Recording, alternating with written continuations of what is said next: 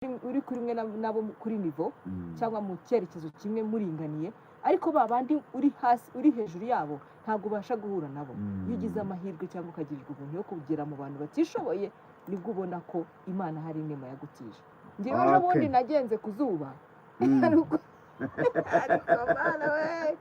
hari ukuntu ufata akanya ugenda ku zuba uvuye mu mahumbezi ya hano, uvuye mu mahumbezi ya hano wenda n'ayiwanje, ndangije ndavuga nti la ilaha illallah muhammad rasulullah, mpita ngirira impuhwe abantu birirwa ku zuba kuva mu gitondo. Ibaza umuntu urimo gupagasa rero yicaye ku rubaraza, yikorera umuzigo w'umuntu, abivana hano abijyana hariya. Nahise mbona agaciro kaba ari abantu bitwa ngo ni abakarani. Ubu nibyo bita guhiga.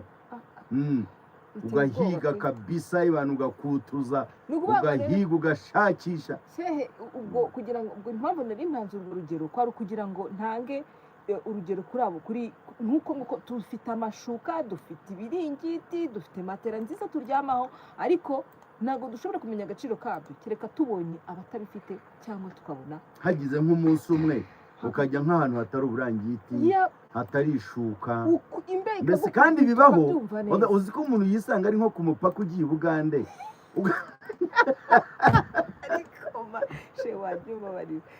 umuntu agasanga yisanze ku mupaka w'i Bugande.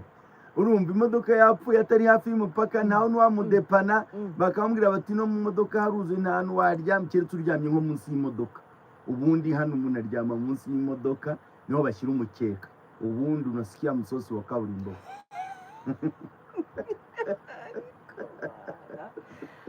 Hagati Voice of Africa 94 n'ibice birindwi Kigali FM.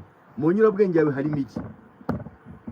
Nyamuneka mu nyurabwenge nkoreramo umbwire icyo ubonye. Birimo biravugwa ko ngo hari abantu baba batazi umubabaro iyo tuvuga iby'amashuka, ariko ngo shehe ngo nawe ngo arakabye, ngo ubu ngo azanye ngo ibintu by'amashuka ngo kuri radio.